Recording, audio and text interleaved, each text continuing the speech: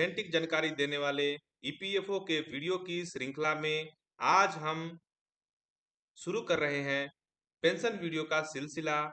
हम अपने अगले कुछ वीडियो में विभिन्न प्रकार के पेंशनों के बारे में बताएंगे जो ईपीएफओ अपने सदस्यों और अपने परिवार या नॉमिनी को देता है। परिवार पेंशन योजना में जहां सदस्य की मृत्यु पर ही परिवार को पेंशन मिलती थी, वहीं नई योजना में सदस्य को भी पेंशन देने का प्रावधान किया गया है। सदस्य के अलावा इसमें परिवार और नॉमिनी को भी पेंशन देने की व्यवस्था की गई है।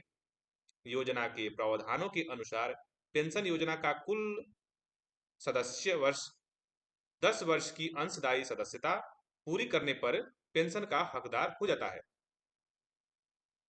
और वह 58 वर्ष की उम्र पूरी करने पर पेंशन के लिए अप्लाई कर सकता है, पेंशन ले सकता है, चाहे वह अपने संस्थान में सेवानिवृत्त हो या न हो। यानी 58 वर्ष की आयु और 10 वर्ष की सदस्यता पूर्ण करने पर कोई सदस्य नौकरी करते हुए भी पेंशन ले सकता है।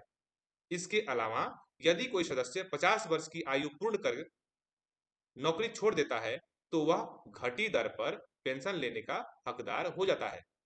सदस्यता की अवधि कम से कम 10 वर्ष पूरी होनी चाहिए। पेंशन की गणना सदस्य की पेंशन योग्य सेवा यानी जितने वर्ष उसने पेंशन फंड में अंशदान किया है और सेवानिवृत्ति से पूर्व के 60 माह के औसत वेतन के आधार पर की जाती है।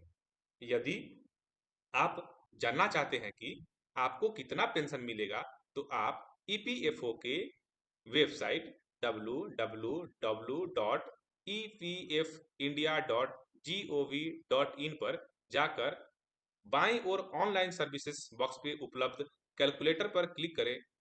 एक नई स्क्रीन खुलेगी जहां आप इस कैलकुलेटर को इस्तेमाल करने का तरीका जान सकते हैं और बाईं ओर दिए गए टैब को क्लिक करके पेंशन कैलकुलेटर के होम पेज पर पहुंच सकते हैं।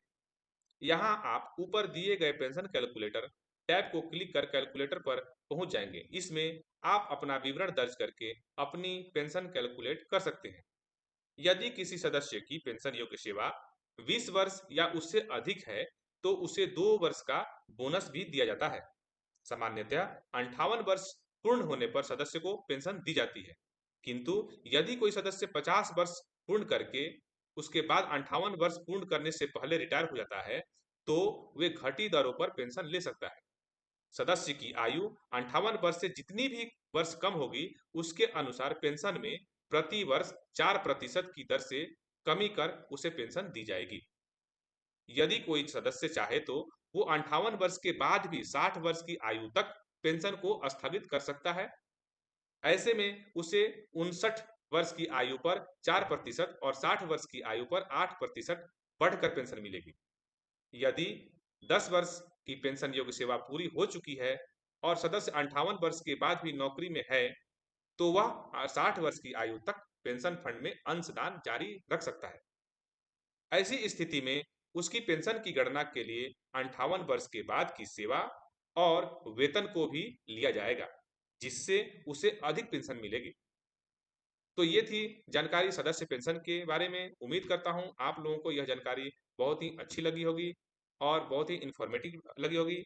आपने पहली बार अगर हमारे चैनल पे वीडियो देख रहे हैं तो प्लीज़ चैनल को सब्सक्राइब कर लीजिए और वीडियो को लाइक कीजिए और अपने दोस्तों के बीच ज़्यादा से ज़्यादा शेयर कीजिए। अगले वीडियो में हम दूसरे प्रकार के पेंशन के बारे में बात करेंगे। तब तक वीडियो को आप देखते रहिए और अपने दोस्तों के बीच शेयर करते रहिए। किसी भी प्रकार के आपके मन में कन्फ्यूजन है, क्वेश्चन है तो बेझिझक आप हमें कमेंट कर सकते हैं। आपके कमेंट का रिप्लाई कोशिश करूंगा कमेंट में ही देने के लिए, और कोई बहुत बड़ा आपका क्वेश्चन है तो हम उसे एक नया वीडियो के माध्यम से आपके क्वेश्चन का सॉल्यूशन करने का कोशिश करेंगे।